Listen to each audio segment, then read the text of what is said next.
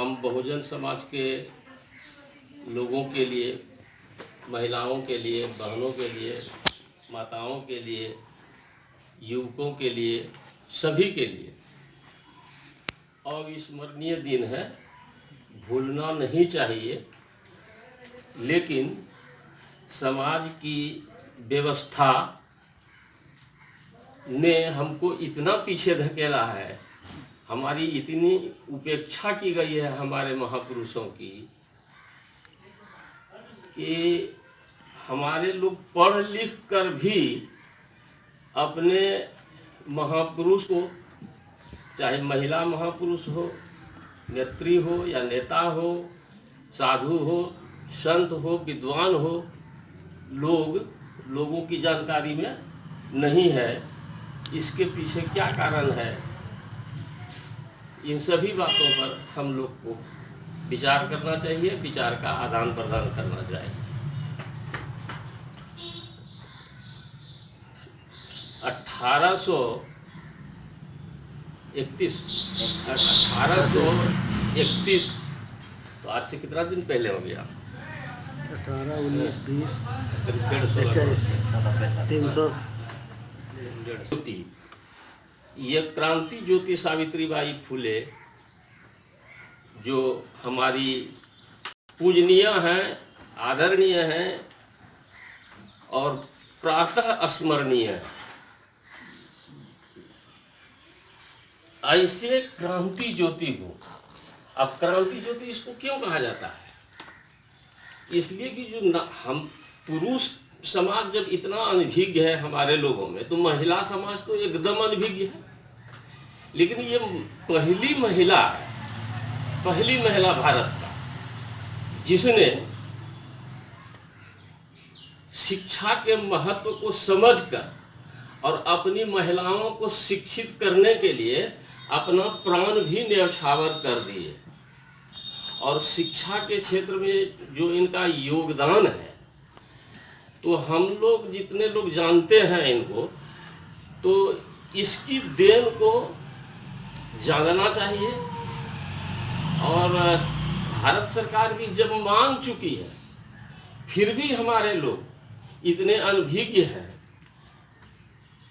इतनी सी जानकारी उनको नहीं है कि हम सावित्रीबाई फुले जो क्रांति ज्योति है, जिसने शिक्षा की ज्योति, आदमी के कपाट का, आदमी के दिमाग को खोलने का जो काम किया इन्होंने, कि हम लोगों में इतना पिछड़ापन क्यों है, इस पिछड़ेपन को दूर करने के लिए जो एक ज्वाला जलाई, एक प्रकाश स्तंभ का काम किया, ऐसे महान पुरुष नेत्री को आज हम लोग नहीं जान रहे हैं।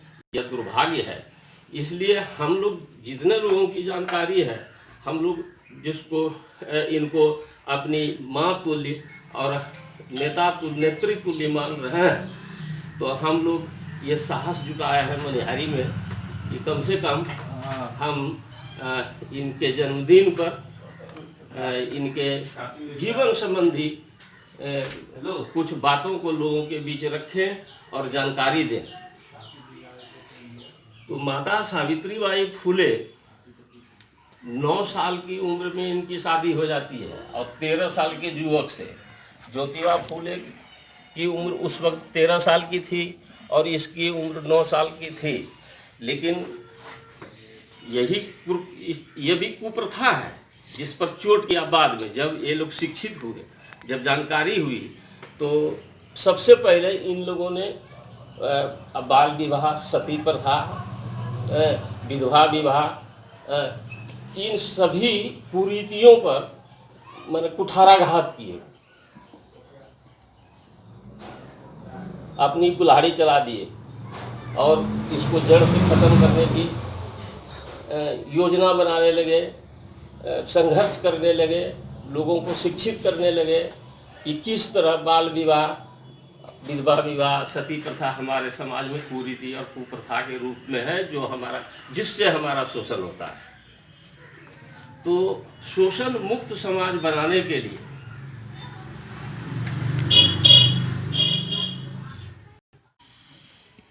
जो मतलब ब्राह्मणवाद कहिए, पाखंडवाद कहिए, मतलब हिंदू धर्म में कुरीति जो व्याप्त था उसको दूर करने का जो प्रयास किया, प्रयत्न किया, ये सब हमें लगता है कि ये सब उन लोगों को रास नहीं है। क्योंकि अगर हिंदू धर्म की बात करें तो, वेद की बात करें तो, धर्म की बात करें, नारी और शूद्रों को शिक्षा लेने का अधिकार नहीं था। वही दौर था 1831 का।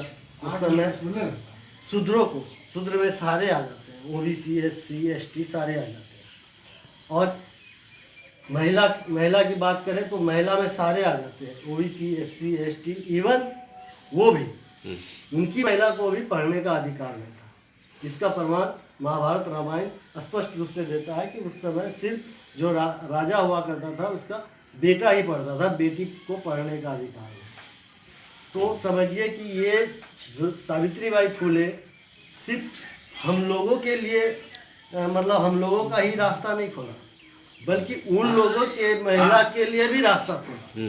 आज जो कोई अगर ब्राह्मण हो या फॉरवर्ड हो या कुछ भी हो, वो कहता है, मतलब वो तो चूंकि पुरुषवाद है उसमें व्याप्त था पहले, और अभी भी पुरुषवाद व्याप्त है, जिसके कारण से महिला को पढ़ने का अधिकार नहीं था। लेकिन आज उनके बच्चे जो पढ़ लिख के बड़े हुए हैं, क्यों पढ़े हुए हैं? ऐसा मतलब सामान्यतः ये है कि देखिए, अगर घर की महिला पढ़ी लिखी है तो उसके बच्चे पढ़े लिखे होंगे, पुरुष पढ़े लिखे हैं तो बच्चे पढ़े लिखे होंगे, ऐसा होना। 1 जनवरी 1848 में पहली विद्यालय बालिकाओं के लिए खोलने वाला कोई शख्सियत है तो वो सावित्रीबाई फुले है, जो कि जाति धर्म को मतलब जाति धर्म से ऊपर उठकर टोटली सबके लिए सबके महिलाओं को शिक्षा देने का जो दरवाजा खोला वो सावित्रीबाई फुले थी।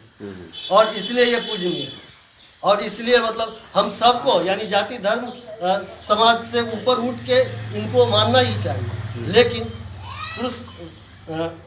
पुरुष प्रधान पहले मतलब अगर धर्म के अनुसार जाइए फुले दिया है, जो कि इन्हीं को श्रेय जाता है कि 1 जनवरी 1848 में पहला स्कूल खोला। हमारे समाज में महिलाओं को शिक्षित करने के लिए बहुत ही अपने स्तर से कार्य की। इनको उस समय जो हमारे समाज में बहुत सारा यातनाएं दी गई, उस यातना को आज भी याद करते हैं तो लगता है कैसे वह उस समय सफल हुई होगी अपने उद्देश्य में। आज इन्हीं का दिन है कि महिला शिक्षिका में आगे बढ़ रही है। हमारे समाज के, हमारे घर की बच्चे बच्चियां पढ़ के आगे बढ़ रही हैं। बहुत सारा समाज में कठिनाइयों का सामना करते हुए इन्होंने महिलाओं को जागृत किया, और आज हम इनकी